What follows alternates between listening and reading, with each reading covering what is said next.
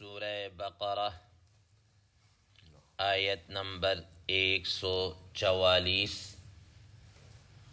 آپ حضرات کے پاس پیج نمبر ہے 42، پہلی لائن ہے اعوذ باللہ من الشیطان الرجیم بسم اللہ الرحمن الرحیم قد نرى تقلب وجهك في السماء فلنولينك قبلة ترضاها فول وجهك شطر المسجد الحرام وحيث ما كنتم فولوا وجوهكم شطره وَإِنَّ الَّذِينَ أُوتُوا الْكِتَابَ لَيَعْلَمُونَ أَنَّهُ الْحَقُّ مِنْ رَبِّهِمْ وَمَا اللَّهُ بِغَافِلٍ عَمَّا يَعْمَلُونَ صدق الله العظيم اللهم صل على محمد النبي الأمي وعلى آله وسلم تسليما كثيرا كثيرا۔ محترم سامعین کرام، اس آیت مبارکہ کا ترجمہ اللہ تبارک و تعالی ارشاد فرماتے ہیں قد نرى تقلب وجهك في السماء، تحقیق ہم دیکھ رہے تھے آپ کا بار بار آسمان کی طرف چہرے کا اٹھانا پلٹنا۔ فلنولینک قبلة ترضاها، تو البتہ ضرور بضرور ہم آپ کے چہرے کو متوجہ کر دیں گے، پھیر دیں گے ایسے قبلہ کی طرف جس سے آپ راضی ہوں گے۔ فولی وجہک شطر المسجد الحرام، تو آپ اپنے چہرہ کو مسجد حرام کی طرف کر لیجئے، پھیر لیجئے۔ وحیث ما کنتم فولوا وجوہکم شطرا، اور تم سب جہاں کہیں بھی ہو تو تم اپنے چہروں کو مسجد حرام کی طرف کر لیا کرو۔ وَإِنَّ الَّذِينَ أُوتُوا الْكِتَابَ، اور بے شک وہ لوگ جن کو کتاب دی گئی یعنی اہل کتاب، لَيَعْلَمُونَ أَنَّهُ الْحَقُّ مِنْ رَبِّهِمْ، وہ یہ جانتے ہیں کہ بے شک یہ ان کے رب کی طرف سے برحق ہے، بالکل ٹھیک اور درست ہے۔ وَمَا اللَّهُ بِغَافِلٍ عَمَّا يَعْمَلُونَ، اور اللہ تبارک و تعالی نہیں غافل ہے، باخبر ہے، بے خبر نہیں ہے ان چیزوں سے جو وہ کر رہے ہیں۔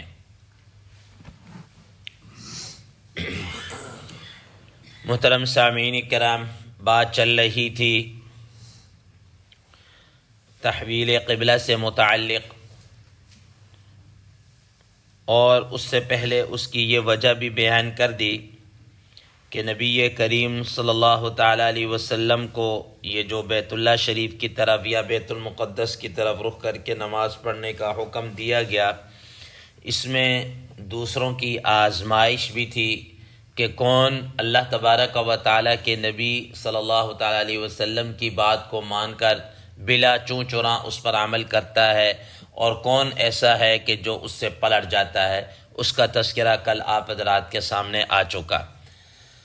محترم سامعین کرام، نبی کریم صلی اللہ تعالیٰ علیہ وسلم چونکہ شروع سے ہی ملت ابراہیمی کے اوپر تھے، اور آپ صلی اللہ تعالیٰ علیہ وسلم کی شروع سے یہی خواہش رہی ہے کہ جو ملت ابراہیمی کے جو اصول ہیں ان پر حتی الامکان عمل پیرا ہوا جائے، یہاں تک کہ کسی کے بارے میں اللہ تعالیٰ کی طرف سے کوئی حکم آ جائے تو وہ ایک الگ بات ہے۔ تو اسی وجہ سے نبی صلی اللہ تعالیٰ علیہ وسلم کی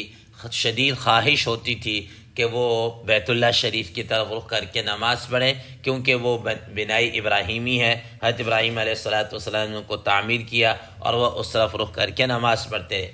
لیکن اللہ تبارک و تعالیٰ کا حکم کچھ اور تھا، مدینہ منورہ میں 16 یا 17 مہینے بیت المقدس کی طرف رخ کر کے نماز پڑھتے رہے، لیکن اس کے باوجود آپ صلی اللہ تعالیٰ علیہ وسلم کی تمنا یہی رہی کہ بیت المقدس سے بیت اللہ شریف کی طرف نماز پڑھنے کا حکم آ جائے۔ اور اسی سلسلے میں حضرات مفسرین کرام رحمہ اللہ فرماتے ہیں، جیسا کہ اس آیت میں مذکور ہے کہ نبی صلی اللہ تعالیٰ علیہ وسلم بار بار آسمان کی طرف دیکھا کرتے تھے کہ شاید اب کوئی وحی آ جائے، شاید اب کوئی وحی آ جائے۔ حضرات مفسرین کرام رحمہ اللہ فرماتے ہیں کہ حضرات انبیاء علیہ السلام کا اللہ تعالیٰ کی طرف کسی چیز کی درخواست کرنا اور متوجہ ہونا، یہ اسی وقت ہی ہوتا ہے جب اللہ تبارک و تعالیٰ کی طرف سے ان کو اس بارے میں بتلا دیا جائے کہ اب آپ اس چیز کے متعلق درخواست کر سکتے ہیں، دعا کر سکتے ہیں یا تمنا کر سکتے ہیں، تب ہی ہوتا تھا۔ چنانچہ روایات میں آتا ہے، حضرات مفسرین کرام رحمہ اللہ فرماتے ہیں کہ اللہ تبارک و تعالیٰ کی طرف سے گویا نبی صلی اللہ علیہ وسلم کو بتلا دیا گیا تھا، تو اس وجہ سے آپ صلی اللہ تعالیٰ علیہ وسلم بار بار آسمان کی طرف دیکھتے تھے۔ اسی وجہ سے روایات میں آتا ہے نبی صلی اللہ تعالیٰ علیہ وسلم نماز پڑھاتے تھے، نماز پڑھانے کے بعد جب سلام پھیرتے تھے تو سلام پھیرنے کے بعد آسمان کی طرف یوں دیکھ لیا کرتے، ورنہ اکثر حدیث مبارکہ میں آتا ہے کہ نبی صلی اللہ علیہ وسلم کی عادت مبارکہ یہ تھی، عام روٹین میں نبی صلی اللہ علیہ وسلم کی یہ عادت تھی کہ وہ اپنی نگاہوں کو زمین کی طرف جھکا کر رکھتے تھے، ایسا اٹھا کر نہیں چلتے تھے، جیسا کہ ہمیں بھی حکم ہے کہ اپنی نگاہوں کو نیچے جھکا کر کیا ہے چلے۔ نبی صلی اللہ علیہ وسلم عام حالات میں ایسا ہوتا، لیکن اکثر و بیشتر نماز پڑھانے کے بعد یا وحی کے انتظار میں یا اس اشتیاق کے اندر کہ مجھے اللہ تعالیٰ کی طرف سے حکم آ جائے تو آسمان کی طرف بار بار چہرہ اٹھا کر ہی دیکھتے تھے کہ شاید کوئی اب فرشتہ آ جائے، شاید اب کوئی وحی آ جائے اور قبلہ کی رخ چینج کرنے کا حکم آ جائے۔ روایات میں یہاں تک لکھا ہے کہ نبی کریم صلی اللہ تعالیٰ علیہ وسلم نے اس سلسلے میں سیدنا حضرت جبریل امین علیہ السلام سے بھی گفتگو کی کہ میرا یہ دل چاہتا ہے، تو حضرت جبریل امین علیہ السلام نے فرمایا کہ اللہ کے حبیب، میں بھی بے اختیار ہوں، مجھے بھی کسی چیز کا اختیار نہیں ہے کہ میں کوئی اس بارے میں کوئی بات کر سکوں، آپ اللہ تبارک و تعالیٰ کے حضور دعا کریں، درخواست کریں۔ چنانچہ روایات میں آتا ہے حضرت جبریل امین علیہ السلام چلے گئے تو نبی صلی اللہ علیہ وسلم اس کے بعد دوبارہ آسمان کی طرف یوں کیا ہے اپنی نگاہوں کو اٹھا کر دیکھتے ہیں، تو اللہ تبارک و تعالیٰ نے اس چیز کا تذکرہ کرتے ہوئے فرمایا قد نرى تقلب وجهك في السماء، ٹھیک ہے نا، ہم آپ کا یہ بار بار نگاہوں کا آسمان کی طرف اٹھا کر دیکھنا، ہم اس کو دیکھ رہے تھے کہ بار بار آپ اوپر کی طرف وحی کے انتظار میں دیکھ رہے ہیں اور شدت اشتیاق کی وجہ سے یہ آپ کی نگاہیں اٹھ رہی ہیں، ہمیں یہ سب کچھ علم ہے اور ہم دیکھ رہے تھے۔ اور پھر آگے ایک خوشخبری سنا دی، ایک خوشخبری سنا دی، وہ کیا کہ فَلَنُوَلِّيَنَّكَ قِبْلَةً تَرْضَاهَا، فَلَنُوَلِّيَنَّكَ قِبْلَةً تَرْضَاهَا، تو البتہ ضرور بضرور ہم آپ کا چہرہ، ہم آپ کا رخ، آپ کا قبلہ تبدیل کر دیں گے اس طرف جس طرف آپ راضی ہیں، جس طرف آپ چاہتے ہیں۔ حضرات مفسرین کرام رحمہ اللہ فرماتے ہیں گویا کہ نبی صلی اللہ علیہ وسلم کو پہلے یہ خوشخبری سنا دی گئی ہے، ٹھیک ہے، اس کے بعد بیت اللہ شریف کی طرف رخ کرنے کا حکم دیا گیا اور فرمایا کہ اس میں ڈبل جناب اللہ کیا خوشی ہے، یہ ایسا ہی ہے جیسے کسی کو کوئی مصیبت پریشانی ہو، آپ اسے کو یار یہ جو تمہارا مسئلہ یہ سمجھو حل ہو گیا، یہ حل ہو گیا، بس ٹینشن نہ لے، بس یہ میں جانوں یا تمہارا اب تمہارا یہ مسئلہ حل ہو جائے گا، تو کم از کم اس کو اتنا ہی ہو جاتا ہے یار چلو یہ میری مصیبت تو کیا ہے۔ پھر اس کے بعد جناب اللہ ایک تو یہ خوشی ہو جاتی ہے نا، بندہ آدھا بوجھ کیا ہو جاتا ہے ختم ہو جاتا ہے۔ پھر اس کے بعد اگر وہ آدمی اس کو کوئی پیسوں کی ضرورت ہو یا کچھ ضرورت ہو، کوئی ایسی چیز مثال کے طور اور اس کو موقع پہ لے لو جی یہ آپ پکڑ لو، تو اب اس کی ساری ڈبل خوشی ہو جاتی ہے۔ تو فرمایا کہ اب پہلے اللہ تبارک و تعالی نبی صلی اللہ علیہ وسلم کو کیا خوشخبری سنا دی کہ ہم آپ کی اس بات کو رد نہیں کریں گے، ہم آپ کی اس خواہش اور تمنا کا احترام کرتے ہوئے ہم آپ کی جو مرضی ہے اس کی طرف آپ کا رخ پھیر دیں گے، ٹھیک ہے۔ تو فرماتے ہیں کہ نبی صلی اللہ علیہ وسلم کو پہلے یہ اس کی خوشخبری اور تسلی دے دی گئی۔ چنانچہ روایات میں آتا ہے نبی صلی اللہ تعالی علیہ وسلم قبیلہ بنو سلمہ وہاں پر کسی کے ہاں گئے ہوئے تھے، کسی کے ہاں تشریف فرما تھے کہ اتنے میں ظہر کی نماز کا وقت ہو گیا، تو آپ صلی اللہ تعالیٰ علیہ وسلم وہاں پر قریبی جو مسجد تھی وہاں نماز پڑھنے کے لیے چلے گئے۔ اب جب نماز پڑھنے کے لیے گئے، نبی صلی اللہ علیہ وسلم نماز پڑھا رہے، ظہر کی نماز 2 رکعتیں آپ صلی اللہ تعالیٰ علیہ وسلم پڑھا چکے تھے کہ اتنے میں حضرت جبریل امین علیہ السلام آئے اور انہوں نے آ کر یہ کہا فَوَلِّ وَجْهَكَ شَطْرَ الْمَسْجِدِ الْحَرَامِ، فَوَلِّ وَجْهَكَ شَطْرَ الْمَسْجِدِ الْحَرَامِ، کہ اب آپ اپنا چہرہ بیت المسجد حرام کی طرف کیا ہے کر دیجئے، اس رخ کی طرف کیا ہے کر دیجئے۔ محترم سامعین کرام، نبی صلی اللہ تعالیٰ علیہ وسلم کو جیسے ہی یہ حکم ملا، اسی وقت نماز کے اندر ہی آپ صلی اللہ تعالیٰ علیہ وسلم نے اپنا چہرہ بیت اللہ شریف کی طرف کیا ہے کر دیا، بیت اللہ شریف کی طرف، مسجد حرام کی طرف کیا ہے کر دیا ہے۔ تو حضرات مفسرین کرام رحمہ اللہ فرماتے ہیں کہ پیچھے جو صحابہ و صحابیات جو بھی اس وقت، کیونکہ اس وقت عورتیں بھی مسجد میں آ کر نماز پڑھ لیا کرتی تھی، تو اس وقت نبی صلی اللہ تعالیٰ علیہ وسلم نے رخ پھیرا تو پیچھے انہوں نے بھی کیا کر دیا، رخ پھیر دیا، بالکل اسی طریقے سے کیا ہے رخ پھیر دیا۔ ان کو بھی یہ نہیں ہوا کہ یہ کیا ہوا، جیسے ہمارے ہاں کوئی مسئلہ ہو جائے نا تو لوگ عموماً نماز توڑ دیں، یار یہ کیا بات ہو گئی، ایسا نہ، فوراً نبی صلی اللہ علیہ وسلم کی منشا کو سمجھتے ہوئے فوراً اسی طرف کیا کر دیا، رخ پھیر دیا، اور نبی صلی اللہ تعالیٰ علیہ وسلم نے 2 رکعت ایک طرف اور 2 رکعت جیسے ہی اللہ کا حکم آ گیا دوسری طرف کیا ہے پڑھنا شروع کر دیے۔ چنانچہ آج بھی اس مسجد کو مسجد قبلتین کہا جاتا ہے، اور وہاں پر اب بھی وہ نشان موجود ہے، جیسا کہ احباب وہاں پر عمرہ یا حج کے لیے جاتے رہتے ہیں، وہاں پر اس کی مسجد کی زیارت بھی کرتے تھے، اور ابھی تک نشان بھی وہاں پر بنا ہوا ہے۔ پھر نبی صلی اللہ تعالیٰ علیہ وسلم کے ساتھ ساتھ پوری امت کو یہ حکم دیا گیا وَحَيْثُمَا كُنْتُمْ فَوَلُّوا وُجُوهَكُمْ شَطْرًا، تم جہاں کہیں بھی ہو تم مسجد حرام کی طرف اپنا کیا کر دو، رخ کر لو۔ محترم سامعین کرام، اب یہاں پر تھوڑے سے مسائل آپ حضرات کے علم میں لانا چاہتا ہوں کہ حضرات مفسرین کرام رحم اللہ فرماتے ہیں کہ اللہ تبارک و تعالیٰ نے یہ نہیں کہا کہ بیت اللہ شریف کی طرف رخ کر دے، الی بیت اللہ نہیں کہا، بلکہ کیا فرمایا ہے کہ شطر المسجد الحرام۔ شطر کے معنی 2 بیان کیے گئے ہیں۔ شطر کا معنی ایک نصف معنی، ہاف جس کو کہتے ہیں، جیسے آپ عموماً ایک بڑی مشہور حدیث مبارکہ سنتے رہتے ہیں الطہور شطر الایمان، کہ صفائی نصف ایمان ہے، تو شطر کا معنی ایک نصف کے بھی ہے، اور ایک اور شطر کے معنی رخ اور سمت کے بھی ہیں، رخ اور سمت کے۔ حضرات مفسرین کرام رحم اللہ فرماتے ہیں کہ یہاں پر شطر کا معنی رخ اور سمت کے ہے۔ تو اب فرماتے ہیں کہ دیکھیں اللہ تبارک و تعالیٰ نے بیت اللہ کی طرف نہیں کہا، شطر المسجد الحرام، مسجد حرام کی طرف رخ کرنے کو کہا ہے، اور فرمایا کہ اس سے مسئلے کے اندر اور وسعت آ جاتی ہے، قبلہ کی طرف سمت کے اندر کیا آ جاتی ہے، وسعت آ جاتی ہے۔ اب حضرات مفسرین کرام رحم اللہ اس آیات کو سامنے رکھتے ہوئے اور حضرات صحابہ کرام رضوان اللہ تعالی مجمعین کے آثار اور نبی صلی اللہ تعالی علیہ وسلم کی احادیث کو سامنے رکھتے ہوئے کچھ مسائل کا استخراج کرتے ہیں اور مسائل بتاتے ہیں۔ اب اس ضمن کے اندر سب سے پہلے یہ بات فرماتے ہیں کہ دیکھیں ایک آدمی جو ہے عین بیت اللہ شریف کے اندر نماز پڑھ رہا ہے، یعنی مسجد حرام کے اندر نماز پڑھ رہا ہے، اور آپ کو پتہ ہے مسجد حرام اس کو کہتے ہیں جو بیت اللہ شریف کے ارد گرد، جو خانہ کعبہ ہے اس کے ارد گرد جو گولائی میں جو مسجد بنی ہوئی ہے یہ مسجد حرام ہے۔ یہ کیا ہے؟ مسجد حرام ہے۔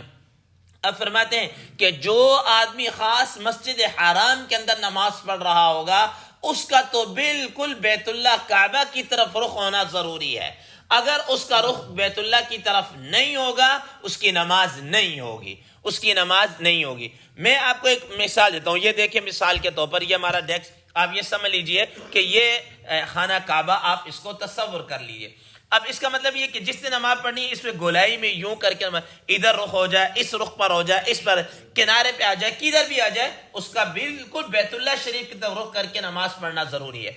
اب کوئی ایک آدمی کے مثال کے طور پر کوئی پاکستان سے جاتا ہے، وہ کہتا ہے کہ ہماری طرف سے تو مغرب کی طرف سمت بنتی ہے نا، اب وہ یہ کرتا ہے کہ مغرب کی سمت رخ کر کے نماز پڑھنا شروع کر دیتا ہے۔ اب نماز اس طور پر پڑھتا ہے کہ عین بیت اللہ شریف اس کے سامنے نہیں ہوتا، مثال کے طور پر یوں نماز پڑھ رہا ہے، اس طرف رخ کر کے بیت اللہ شریف کی کوئی سمت اس کے چہرے کو ٹچ نہیں کر رہی، بیت اللہ شریف کے اندر ہے، مسجد حرام کے اندر، اس کی نماز نہیں ہوگی۔ کیوں کہ بیت اللہ شریف کے اندر، مسجد حرام کے اندر بالکل عین کعبہ کی طرف رخ کرنا کیا ہے؟ لازمی اور ضروری ہے۔ عین کعبہ کی طرف رخ کرنا لازمی اور ضروری ہے۔ اور دوسری طرف ایک وہ آدمی ہے جو مسجد حرام سے باہر نکل کر کہیں نماز پڑھ رہا ہے۔ اب حضرات مفسرین کرام رحم اللہ فرماتے ہیں کہ اب اس کو مسجد حرام کی طرف رخ کر کے کیا ہے؟ نماز پڑھنا ضروری ہے۔ مسجد حرام کی طرف رخ کر کے نماز پڑھنا ضروری ہے، کہ عین بیت اللہ شریف کی طرف رخ کرنا ضروری نہیں، بلکہ اس سمت کی طرف رخ کر کے نماز پڑھنا ضروری ہے۔ ہاں، اگر کوئی آدمی کسی پہاڑ کی چوٹی کے اوپر کھڑا ہو کے نماز پڑھ لیتا ہے، آج کل کے اس کو آپ یوں کہہ لیجئے کہ چونکہ دائیں بائیں بہت اونچی اونچی بلڈنگ بھی بن گئی ہیں، اور بعض بلڈنگ ایسی جیسے مکہ ٹاور ہے، کلاک ٹاور جس کو کہتے ہیں، وہ بیت اللہ شریف کے بالکل سامنے ہے۔ اب وہاں سے بسا اوقات بیت اللہ شریف کا پورا ویو بھی نظر آتا ہے، منظر نظر آتا ہے۔ اب کوئی آدمی اوپر والی منزل کے اندر ہے اور اس کو بیت اللہ شریف نیچے نظر آ رہا ہے، اب بھی اس کو بالکل بیت اللہ شریف کے سمت کی طرف رخ کر کے یوں نماز پڑھنا ضروری ہوگی۔ ایسا نہیں ہے کہ ادھر کر لے، نہ، بالکل اس کی طرف رخ کر کے نماز پڑھنا کیا ہے؟ ضروری ہے۔ لیکن جو دائیں بائیں ہیں، جیسے دائیں بائیں مساجد وغیرہ ہیں، کوئی بندہ چلا جاتا ہے، مثال کے طور پر مسجد عائشہ چلا جاتا ہے یا ادھر ادھر چلا جاتا ہے، وہاں سے تو بیت اللہ شریف نظر نہیں آ رہا، تو وہاں پر جو اب مسجد حرام کی طرف رخ کر کے نماز پڑھیں گے۔ اسی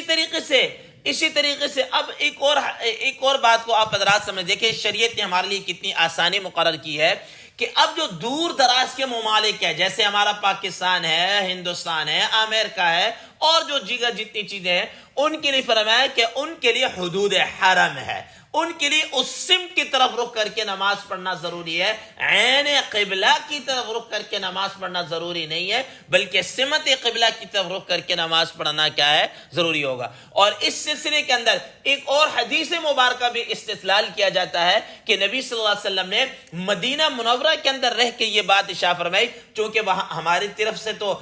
مغرب کی طرف بیت اللہ شریف بنتا ہے، وہاں غالباً جنوب کی طرف یا کسی اور طرف بنتا ہے، تو آپ صلی اللہ تعالی علیہ وسلم نے وہاں فرمایا کہ مشرق اور مغرب کے درمیان یہ جو وہاں پر رہتے ہوئے فرمایا کہ یہ جو بیچ میں پوری سمت ہے نا، یہ پورا اللہ تعالیٰ نے قبلہ بنا دیا، پورا اللہ تعالیٰ نے کیا بنا دیا؟ قبلہ بنا دیا۔ اب اس کا مطلب یہ ہوا کہ انسان جتنا مسجد حرام سے بیت اللہ شریف سے دور ہوتا چلا جائے گا، اتنا اس کے سمت کعبہ کے اندر وسعت ہوتی چلی جائے گی۔ اب اس کا مطلب ایک اور بھی حضرات فقہاء کرام رحم اللہ یہ فرماتے ہیں کہ اب اس کا مطلب یہ ہے کہ اب آدمی کوئی مثال کے طور پر، اب جیسے ہمارے ہاں مغرب کے سمت میں، تو مغرب کے سمت میں اگر کوئی آدمی نماز پڑھ لیتا ہے اور بیت اللہ شریف سے کچھ تھوڑا بہت اس کا کچھ ڈگری فرق ہو جاتا ہے، تو اس سے نماز کے اوپر کسی قسم کا فرق نہیں آئے گا۔ حضرت مفتی شفیع صاحب رحم اللہ جو مشہور مفتی اعظم بھی رہے اور ان کے گرفت بھی رہی ہے اور حضرات ان کے فتوے پہ اعتماد بھی کرتے ہیں، تو انہوں نے لکھا ہے کہ اس زمانے کے اندر سائنسی اور ریاضی کے اصولوں کے مطابق اگر 45 ڈگری تک بھی بیت قبلہ کی سمت سے بندہ تھوڑا سا رخ چینج ہو جائے تو اس سے نماز پر فرق نہیں پڑے گا۔ 45 ڈگری تک نہیں پڑا، اس کے بعد ہوگا تو اس کا مطلب ہے کہ کافی کیا ہو گئی؟ چینجنگ ہو گئی ہے۔ تو یہ حضرات مفسرین فقہاء کرام رحم اللہ نے قرآن مجید کی اس آیت مبارکہ اور دیگر احادیث اور ان سامنے چیزوں کو مد نظر رکھتے ہوئے اس سے یہ مسائل کا کیا کیا؟ استنباط کیا۔ تو اس کا مطلب یہ ہے کہ اب ہمیں یہ چاہیے کہ جب مسجدوں کا رخ متعین کریں تب تو ہمیں کیا ہے ہونا چاہیے کہ بالکل وہ اپنا حساب کے ساتھ، لیکن پھر بھی اگر کوئی تھوڑا بہت 19-20 کا فرق پڑ جائے تو اس سے نماز کے اندر کیا ہے؟ فرق نہیں آتا۔ آگے فرمایا وَإِنَّ الَّذِينَ أُوتُوا الْكِتَابَ لَيَعْلَمُونَ أَنَّهُ الْحَقُّ مِنْ رَبِّهِمْ وَمَا اللَّهُ بِغَافِلٍ عَمَّا يَعْمَلُونَ۔ فرمایا اب یہ جو اہل کتاب ہے، اب یہ ان کو پتہ ہے کہ یہ جو نبی صلی اللہ تعالی علیہ وسلم پر جو چیز نازل اتری یہ اللہ تعالیٰ کی طرف سے حق ہے، اور ان کو پتہ ہے کہ نبی آخر الزمان صلی اللہ تعالی علیہ وسلم کی یہ صفات ہیں کہ وہ نبی القبلتین ہوں گے، ٹھیک ہے نا؟ تو یہ نبی اب دونوں قبلہ کی طرف رخ کر کے نماز پڑھ لی آپ صلی اللہ علیہ وسلم نے، یہ ان کی علامت بھی کیا ہے؟ پوری ہو گئی۔ حضرات مفسرین کرام رحم اللہ فرماتے ہیں کہ حضرت صفیہ رضی اللہ تعالی عنہ جو نبی صلی اللہ علیہ وسلم کے ازواج مطہرات میں سے ہیں، یہ یہودی تھی اور ان کا باپ اور ان کا چچا یہودی تھا اور کیا بہت بڑے عالم بھی تھے۔ تو وہ خود اپنا واقعہ بیان کرتی ہیں کہ میرے باپ اور چچا آئے نبی صلی اللہ علیہ وسلم سے ملے، ملنے کے بعد ان کی آپس میں گفتگو ہوئی تو میرے چچا نے میرے باپ سے پوچھا کہ یہ وہی نبی نہیں ہے جن کے متعلق ہمیں اپنی کتابوں میں پڑھا ہے؟ تو کہا کہ ہاں بالکل وہی، ساری علامات وہی۔ تو فرمایا کہ ہم پہ ایمان کیوں نہ لے کر آئیں، ہم ان پر ایمان لے کر آتے ہیں۔ تو کہتے میرا باپ کہنے لگا کہ نہیں، ہم ان کی مخالفت میں لگے رہیں گے، ہم ان کی مخالفت میں، ہم نے ایمان ہی لے کر آنا، ان کے مخالفت کے اندر لگے رہیں گے۔ پھر وہ فرماتے ہیں کہ یہاں تک کہ غزوہ خیبر کے اندر وہ ان کا باپ قتل ہو گیا اور سب، اس کے بعد یہ قید ہو کر آئیں اور نبی صلی اللہ علیہ وسلم نے ان کو آزاد کر کے ان سے نکاح کر لیا، انہوں نے یہ واقعہ سنا۔ تو گویا کہ قرآن مجید نے فرمایا کہ یہ اہل کتاب جانتے ہیں کہ یہ نبی صلی اللہ علیہ وسلم پر جو چیز ہے سب حق ہے، لیکن محض اپنے عناد اور ضد کے یہ لوگ کیا ہے، ماننے کو تیار نہیں۔ تو اللہ تعالیٰ فرما رہے اللہ بغافل عما يعملون، جو یہ لوگ کر رہے ہیں نا، اللہ تعالیٰ ان سے غافل اور بے خبر نہیں ہے۔ اللہ تبارک و تعالیٰ سے دعا ہے اللہ تبارک و تعالیٰ ہمیں اس پر عمل کرنے کی توفیق عطا فرمائے۔ وآخر دعوانا ان الحمد للہ رب العالمین۔